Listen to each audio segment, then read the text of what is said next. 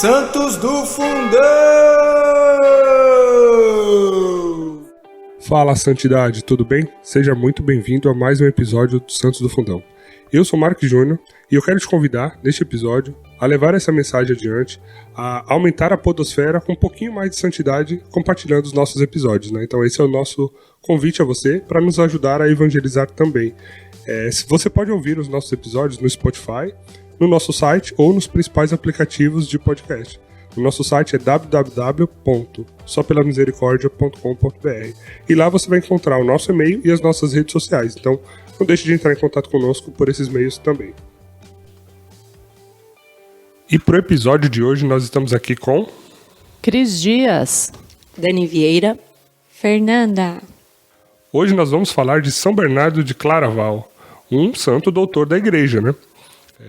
Inclusive, esse vai ser o primeiro santo doutor da igreja que nós estamos falando aqui, né? Oh, verdade, não tinha pensado nisso. Exatamente. E a igreja, né, então, concedeu e concede a algumas pessoas esse título também de doutor por uma contribuição que essas pessoas tenham feito para a fé, né, para a nossa doutrina, para a teologia como um todo. Então, você precisa ser santo, ter feito essa contribuição reconhecida essa por um Papa, né? Então tem que ser proclamado por ele. Então, só explicando um pouquinho essa questão do doutor. Vamos então à biografia de São Bernardo.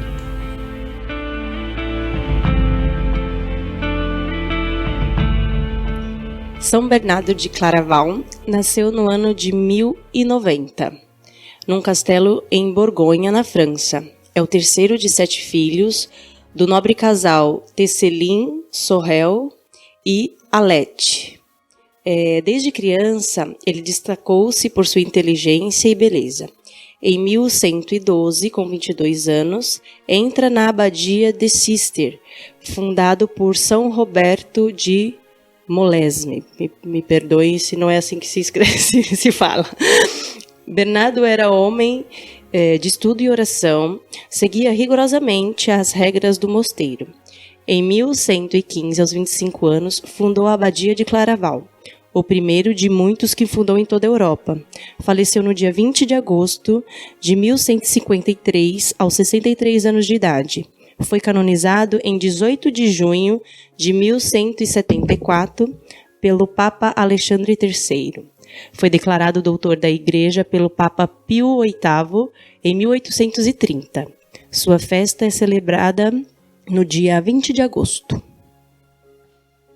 Então, assim, a gente pesquisando sobre a vida dele, né, consegue tirar várias lições, vários aprendizados, né. O primeiro que me chamou a atenção, e aí eu queria começar de fato com ele, foi que quando o Papa Pio VIII, né, o proclamou doutor da igreja, ele recebeu o título de Dr. Mellifluous, que é o doutor meléfolo, que isso vem de mel. Por quê? As palavras dele eram tão doces, mas tão doces, que convertiam muita gente, muita gente. E isso me pegou assim que, lendo, né, você via que ele falava com um amor muito grande, né, sobre Jesus, sobre a vida de Cristo, sobre tudo isso. E quantas vezes a gente não tem esse amor tão intenso, tão verdadeiro, né? Que se você for parar para pensar, é o primeiro e maior mandamento, né? Amar a Deus sobre todas as coisas. E ele levou esse amor tão ao pé da letra, não é à toa que é santo e doutor da igreja, né? E quando a gente fala realmente que uma pessoa recebeu o título de santidade, né, de santo, que a igreja concedeu, é que a gente pode dizer que a pessoa virou quase como uma fotografia de Cristo, né? Olhando para ela, eu vejo Jesus através dela. E ele tinha esse amor tão profundo, que as palavras dele sempre saíam como um mel, assim, saíam da boca dele como se fossem mel. E isso acabava convertendo muita gente, né? E já uma curiosidade que eu queria trazer aqui, que eu achei muito engraçado quando eu estava lendo, né? Que ele realmente tinha esse dom de, através das palavras, né, encantar e converter as pessoas. Aí na cidade da França, ali onde ele fundou essa abadia de Claraval, as mulheres que estavam noivas não gostavam que os noivos conversassem com ele, porque a probabilidade do cara virar um monge e desistir do casamento era muito grande. Pra você ver, né? O profundo amor a Jesus, que ele convertia todo mundo, cara. Ele saía falando com uma paixão tão grande que o cara falou, não é possível, eu quero isso um pouquinho desse tamanho, né? Então esse foi o primeiro ponto que me chamou a atenção, assim, esse título dele, né? Ele falava dos benefícios de ser monge, né? E hoje acho que a gente, numa sociedade que a gente vive, a gente divulga pouco isso, né? Como se fosse um prejuízo ser monge, um prejuízo ser... A vida religiosa, A vida né? religiosa, mas, tipo, as pessoas hoje já falam, mas não vai casar? Mas não pode ter filho, não sei o quê. E ele conseguia convencer desses benefícios. Primeiro mosteiro que ele fundou, ele tinha 25 anos, né? Isso. Novíssimo, 25 anos. E já nessa primeira experiência ele conseguiu levar 30 pessoas, né? 30 homens. Gente, numa primeira tentativa, aos 25 anos, ele já conseguiu levar 30, e alguns desses eram da família dele mesmo. Então, além dos irmãos, depois também o pai foi, e outras pessoas familiares ali próximos. Isso me chamou muita atenção. E essa docilidade dele no falar, aí uma curiosidade, ele é o padroeiro dos apicultores, né? Que são aqueles que cuidam de abelha. Por conta dessa palavra doce. E tem uma frase dele que ele diz assim, nada tem sabor se não reflete Jesus. Então, tudo que se escreve, nada tem sabor se não refletir Jesus. Tão importante, assim, na história da igreja, porque ele trouxe realmente, né, muitas almas com esse dom, né, de pregar e de falar, que assim, nos estudos falam que ele passou por ele mais de 700 homens e mulheres se consagraram. Né? Então, Esse, inclusive, pelo que eu vi, foi mais ou menos assim, o auge do mosteiro, ou seja, 700 vivendo juntos ao mesmo tempo. Mas se você for pensar na história inteira, passaram muito mais, né? Em toda a Europa foram centenas de mosteiros fundados, inclusive femininos também. Porque muitos homens se sentiam chamados, né, à vida religiosa, e as mulheres abriam mão, né, do matrimônio, e elas também então assim, o matrimônio não era simplesmente, não existia uma separação, na verdade, né? O homem ia se dedicar à vida de Deus e a mulher também ia, né? Então ele também fundou um mosteiro feminino para essas mulheres. E é interessante ver que, assim, ele deu-nos o exemplo, realmente, de humildade plena, porque ele veio de uma família, como a gente viu aí na biografia, né? Uma família muito rica, né? Tanto de pai quanto de mãe. Ele nasceu num castelo, né? Exato, já começa né? Começa por aí, né? Então, o pai dele era chefe lá do exército, né? Cavaleiros, e a mãe dele também era nobre, né? Já tinha uma descendência nobre. Então, assim, eles eram muito ricos e respeitados na sociedade da época. E aí ele abriu mão de tudo isso, né? Apaixonado por essa vida de Cristo, por esse amor e essa promessa, né, de vida eterna, que é Jesus. E aí ele largou tudo, e para aquela época isso era algo muito, muito disruptivo, né? Muito novo, assim, muito inovador. Assim, como que alguém abre mão de toda uma herança, de poderes, de posses, para viver uma vida simples, humilde, muitas vezes passando fome, porque muitos mosteiros viviam sempre da providência, né? E ele abandonou tudo isso. E aí um pouco do que a Cris colocou ali na fala dela é que a família dele, enquanto nobres, não viam isso com bons olhos, né? E aí foram tentar convencer ele, né? Então, reuniu sua família ali, fizeram um motim pra falar, não, vamos lá falar todo mundo junto com ele, que a gente convence o cara sai dessa, volta, já toma conta das coisas, né? Estratégia errada. Estratégia errada. Por quê? Chegou a família toda lá pra bater um papo com ele e tal, fazer a cabeça dele, e aí o que ele fez?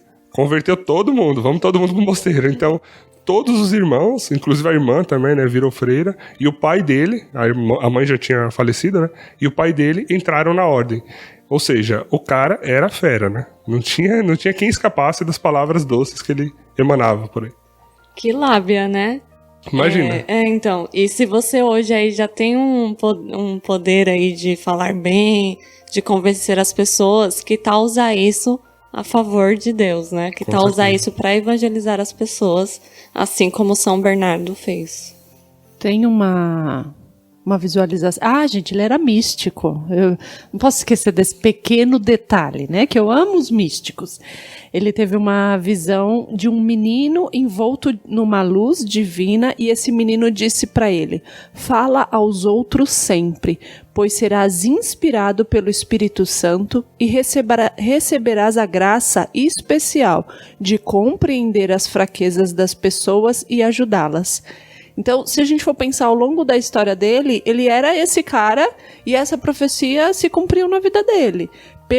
Por aquilo que o Espírito Santo é em cada um em cada um de nós, e pelo poder do Espírito Santo, de fato esse era um dom dele, né, de convencer as pessoas, de usar o poder das sábias palavras que só o Espírito Santo com certeza deu a ele, e nisso ele compreendia as fraquezas e poderia ajudar as pessoas, né, então acho que reforça o papel do Espírito Santo na nossa vida e que nós possamos sempre pedir o auxílio dele, principalmente quando a gente precisar dar conselhos, né?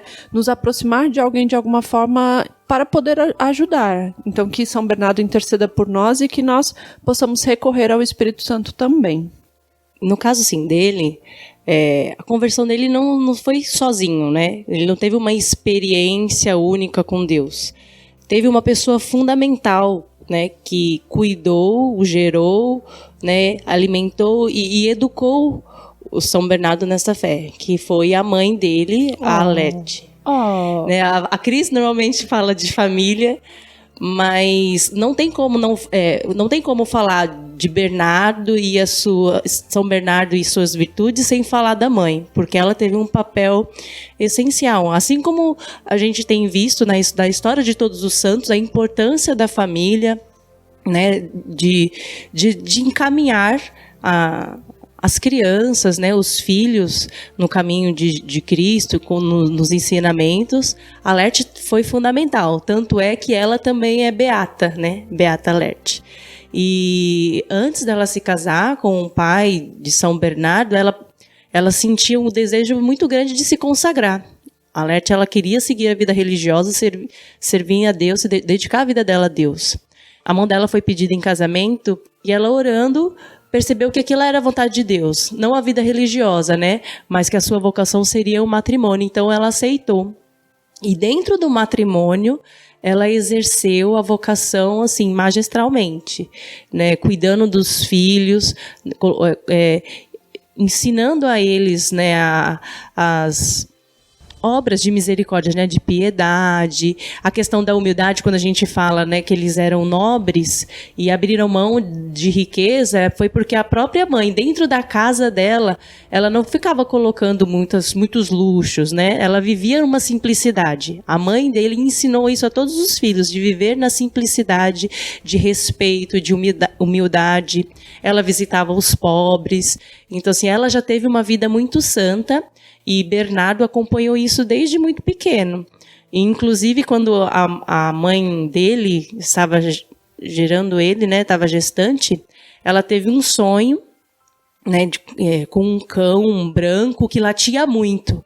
E ela ficou assustada. E aí, quando ela foi pedir uma orientação, né, como se fosse um diretor espiritual na época, e aí o cara meio que profetizou, falou para ela não se preocupar, que o filho que ela estava gerando era esse cão que ele iria latir contra todos os males e os inimigos da Igreja de Deus, né, que ele seria mesmo muito importante para a Igreja. E foi o que aconteceu, né? Porque realmente ele lutou demais contra heresias, contra muita coisa que se levantava na época, né?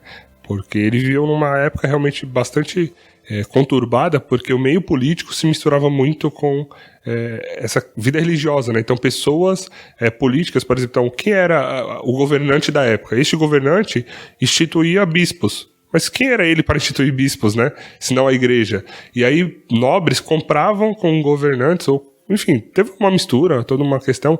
Tanto é que ele viveu numa época histórica da nossa igreja, e era algo que ele participou muito para também tentar combater, que era a questão dos antipapas, né? Então, em alguns momentos da nossa história, 2 papas haviam sido declarados papas simultaneamente. Um pela própria igreja, pelo concílio, pelo próprio meio, né, de se chegar ao papado da igreja, e outros via política, via a vida social ali do pessoal que queria realmente combater a igreja e enfraquecer. E aí ele lutou muito contra isso, e ele participou, né, de muitos concílios para tentar dar a visão teológica de muitas coisas. Então ele era realmente esse sábio que latia combatendo heresias, que combatia as falsas, né, profecias e aquilo que não era de fato de Deus, né.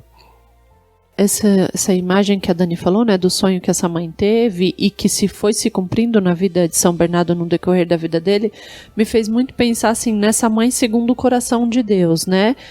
Uma mãe que ao ter esse sonho vai atrás, vai entender o discernimento disso, e a fala desse profeta aí na vida dessa mãe, ele disse que a língua desta criança, a língua desta pessoa que está sendo gerada, será medicinal e curará muitos. Essa profecia veio enquanto ele ainda estava na barriga. E o que foi a fala dele no decorrer da vida dele, né? O poder argumentativo da fala dele é uma coisa, assim, divina, não tem explicação. De fato, é um dom do Espírito Santo. E eu fico pensando nessa cena que o Marx iniciou lá, falando das mulheres que trancavam os maridos em casa, os noivos, para que não fossem levados por ele.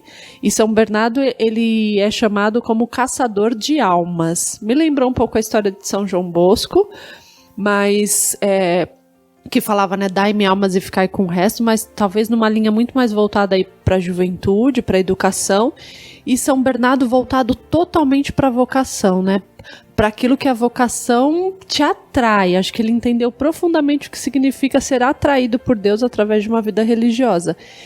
E tem várias histórias até engraçadas dele, né, enquanto ele caminhava pelas ruas e que ia caçando essas almas mesmo, com esse poder argumentativo dele. Ele entrava na casa das pessoas e ali ele conversava, mas ele já tinha claro qual era o objetivo dele, né? Esse aqui eu vou levar comigo também. E tem uma história de uma mulher que adoeceu muito, estava prestes a morrer, e aí ele visita. E ele fala pra ela, você só vai se curar e voltar a ter vida se o seu marido for pro convento, pro mosteiro comigo. E ela não queria, tinha resistido, recusado. E aí quando ela estava prestes a morrer, ela resolveu aceder. Entendeu que de fato era uma vocação, um chamado de Deus, não sei como que era naquela época. E aí, quando de fato esse homem foi para o mosteiro, ela voltou a viver, e aí viveu uma vida piedosa, né? Entregue também a vida dela a Deus. É a profecia se cumprindo, né?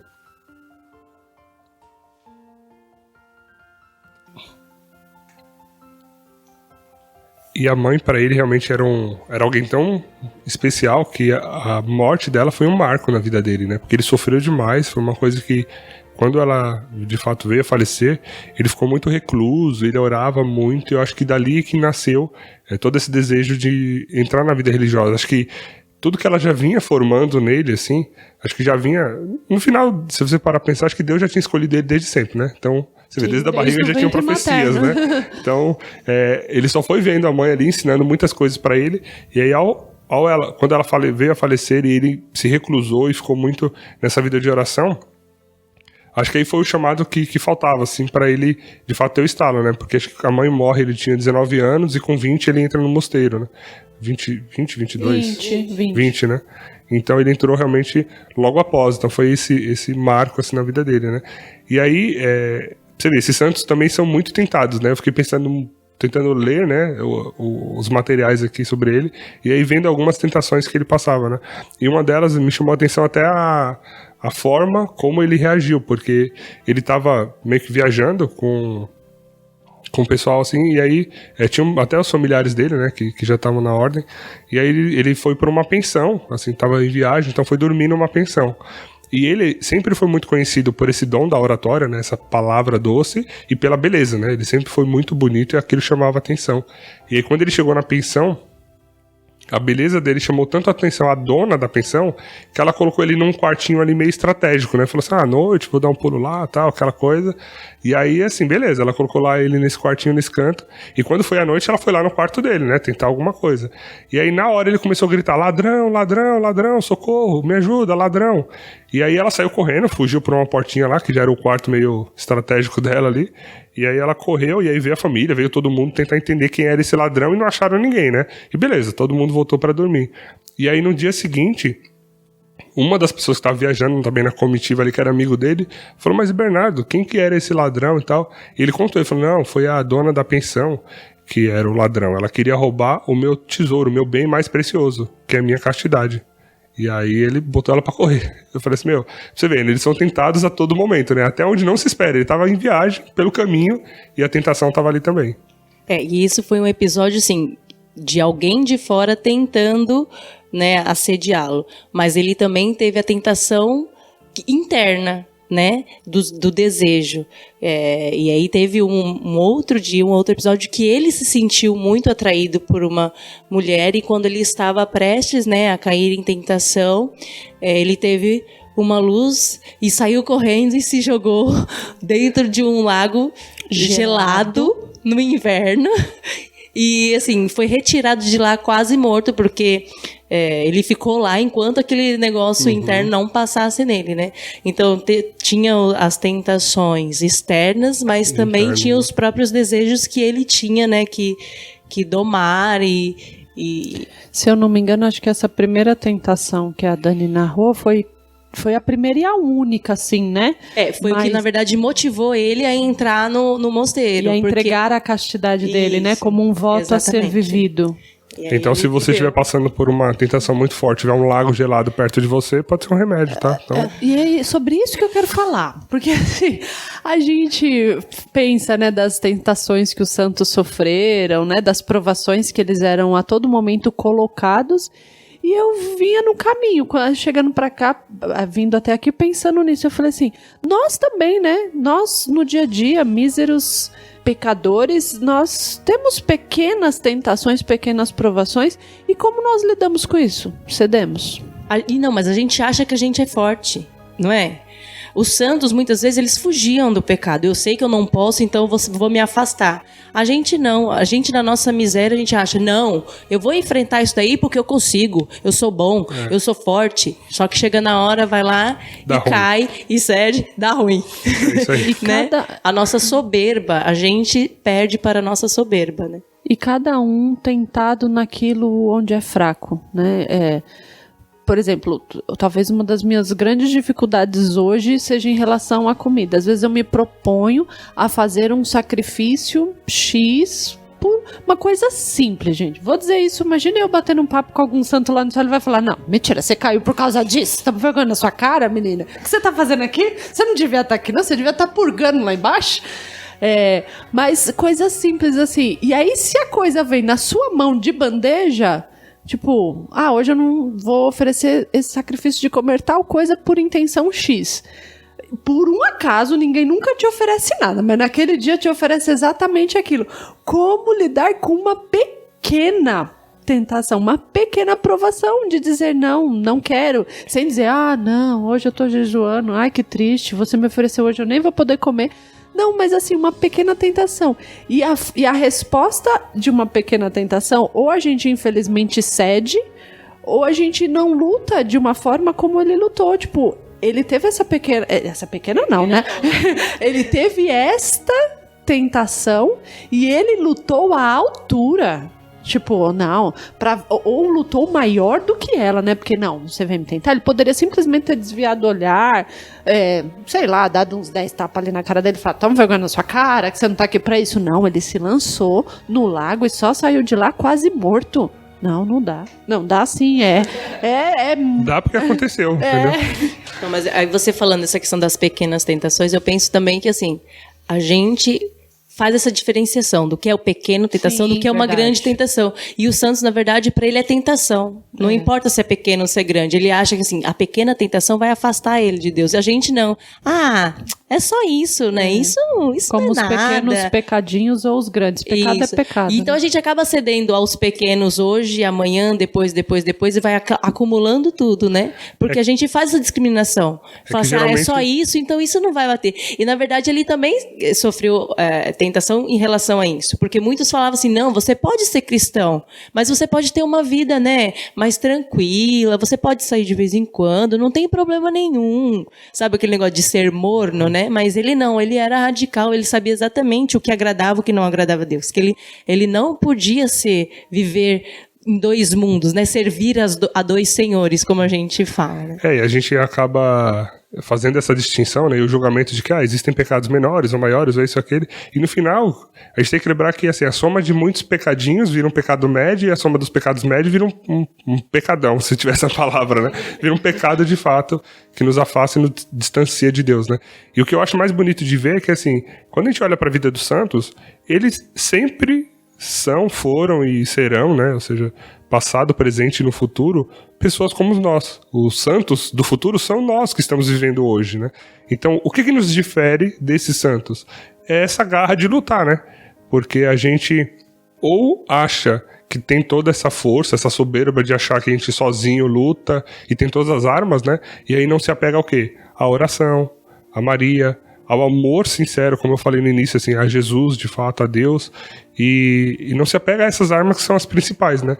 E acaba, ou então tem a soberba de querer fazer por orgulho, né? Não pelo amor verdadeiro, como a Cris falou. A pessoa oferece uma coisa, em vez de você só falar assim, não, obrigado, não quero não. Você fala, então, é que hoje eu estou fazendo um jejum especial em honra e glória a alta coisa, ou rezando por fulano. Cara, assim, não é por você, não é seu mérito não, amigão. Sabe? Tá fazendo um sacrifício? Então faz o quê? A Bíblia já ensinou, né? Passa um perfume, toma um banho, sorriso, lindo, vida que segue. Ninguém precisa saber. Então, às vezes, a gente fica nisso, né? Ou é na vaidade extrema, ou é na soberba extrema, e a gente tem que aprender com esses santos que o que vale no final do dia lá é essa luta constante, né? Não é que a gente não vai cair. A gente também não pode dizer que o santo nunca caiu, nunca... Não.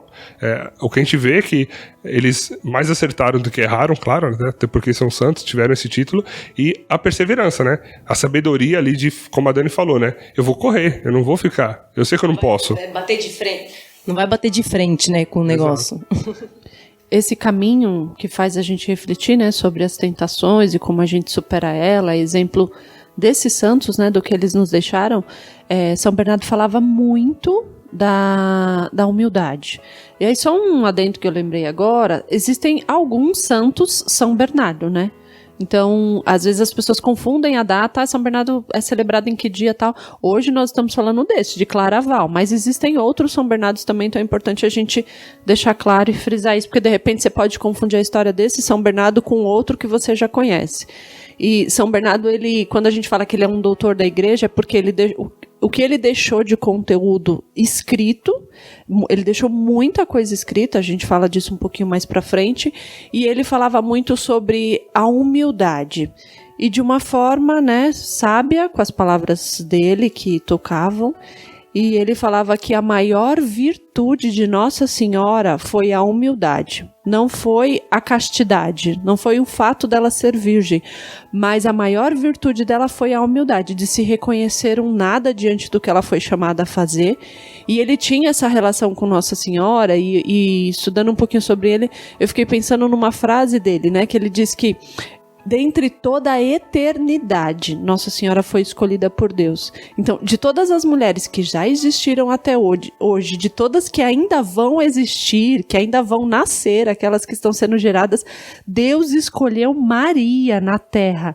Meu, isso é muito louco. Se você for pensar na dimensão do que é eterno, né, do tempo antes, depois e o presente, dentre todas essas mulheres, Deus escolheu Maria pela humildade dela, porque ela se fez nada, e quanto mais ela se humilhou, mais ela foi exaltada entre os homens, tipo... É demais, né? Inclusive, assim, uma das coisas que fez ele doutor da igreja foi a Mariologia, né? O estudo teológico da vida de Maria e os ensinamentos que a gente tira disso, né? Então, Maria foi uma figura muito importante na vida dele. Inclusive, aquilo que hoje você às vezes reza e não sabe necessariamente da origem, vem de São Bernardo de Claraval, né? Porque é dele a autoria de ó clemente, ó piedosa, ó doce sempre Virgem Maria.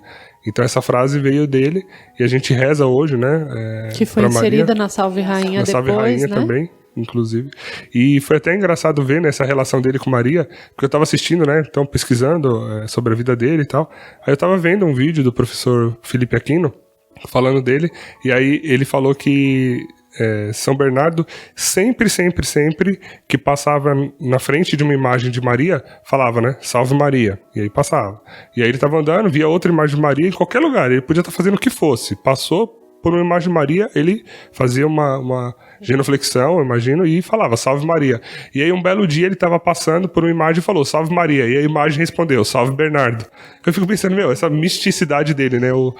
Assim, acho que ele tinha esse contato tão frequente, né? Acho que com Jesus, com Maria, no íntimo do seu coração, que é onde ali habita o Espírito Santo, mas que também aquilo ia transbordando, né? E aí ele tinha esses contatos durante o dia, que talvez para ele fosse até normal, né? Eu ia ficar meio cismado. Aí eu falei, a imagem me respondeu, como assim, né?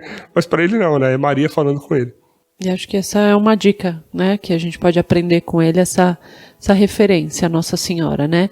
A seguir esse modelo, esse exemplo também de, ao passar, né, diante de qualquer imagem de Nossa Senhora, cumprimentar, porque ali é a imagem, né? A presença real, aquilo que nos remete a ela. Então, salve Maria. E isso dá a ela todo o mérito de tudo aquilo que ela foi e é para nós. E ele tem uma frase que ele diz também, a Jesus por Maria, Maria leva a Jesus, Maria é o caminho aberto para Jesus. Então, é essa relação, né? A relação com Jesus passa por Maria, ele fazia este caminho para chegar em Jesus. Vocês comentando sobre essas tentações pequenas e grandes, ele falou uma seguinte frase assim: no princípio, algumas coisas podem parecer insuportáveis, mas com o passar do tempo, se te acostumas a elas, não as julgarás tão pesadas. Pouco depois, já te serão suportáveis. Em seguida, não as notarás, e no fim terminarão deleitáveis.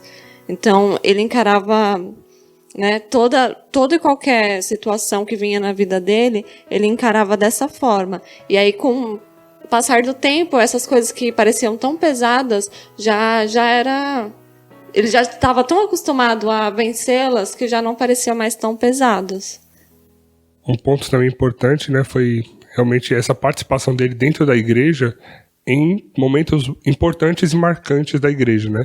Então, imaginando que ele nasceu ali no ano 1090, né? Então, a igreja vinha se formando, né? A gente tem na história aí a patrística, né? Então, esses santos padres que logo no início dos primeiros séculos criaram muito do que é, né? A teologia que nós vemos hoje, que nós temos hoje disponível, né?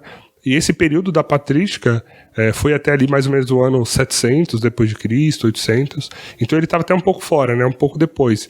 Mas ele foi tão importante, tão decisivo em muitas coisas da nossa igreja, que um dos papas chegou a comentar que ele era o último dos padres da patrística, né? Porque esse período aí até o ano 700, 800 já tinha passado, mas as contribuições dele foram tão relevantes, assim como foram a de Santo Agostinho, São Tomás de Aquino, no São Jerônimo, no começo ali da nossa fé, né?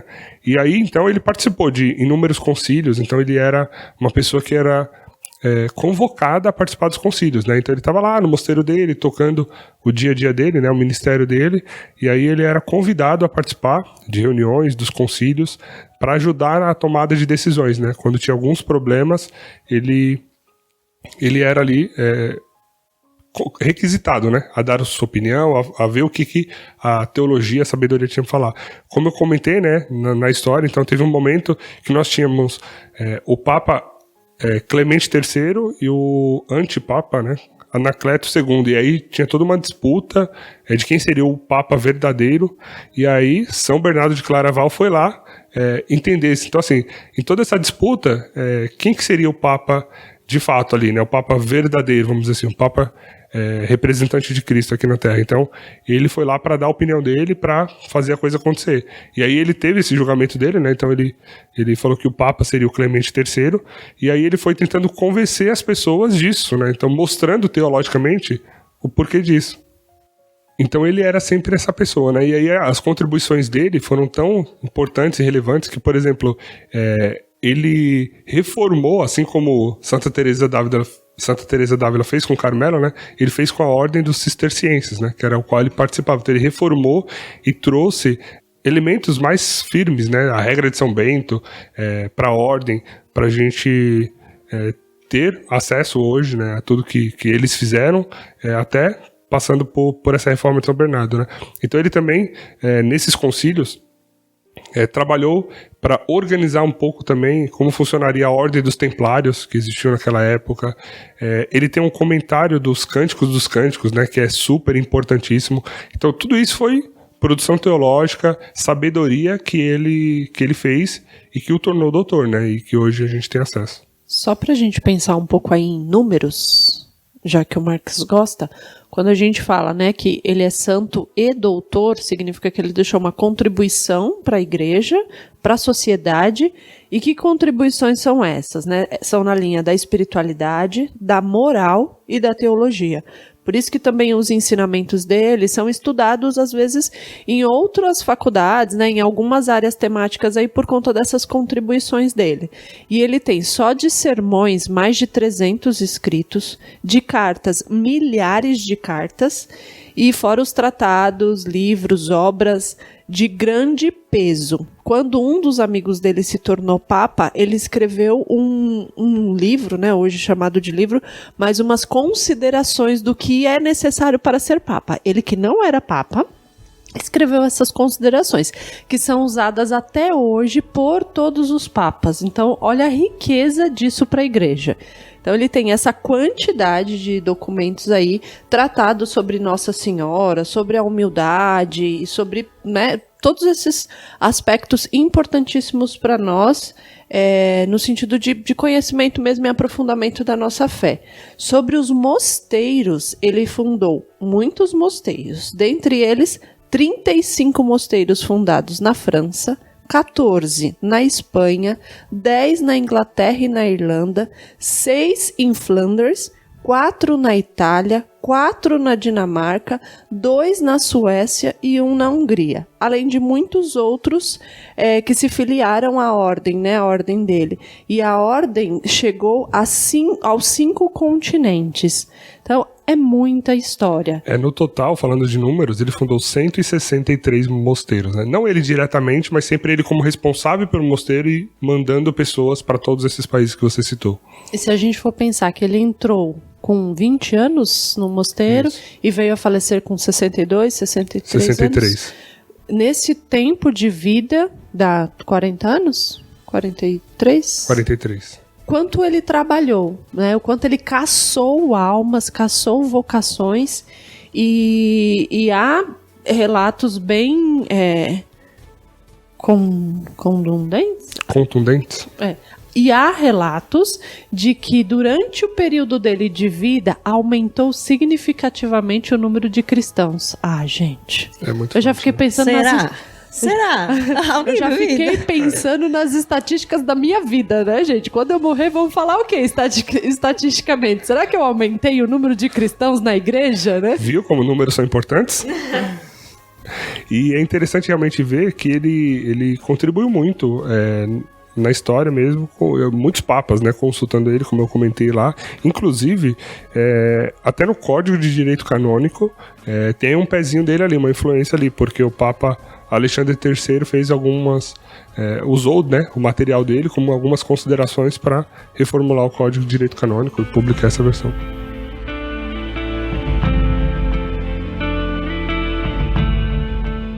Para a gente encerrar, São Bernardo de Claraval. Rogue por nós. Rogue por nós. Pelo nosso país. Né? Pela desigualdade. Exatamente. Pelos pobres e necessitados. Quem sabe você, talvez, está discernindo sua vocação e não possa ser esse seu chamado também. Então, nos despedimos por aqui. E a vida de santidade é só... pela misericórdia!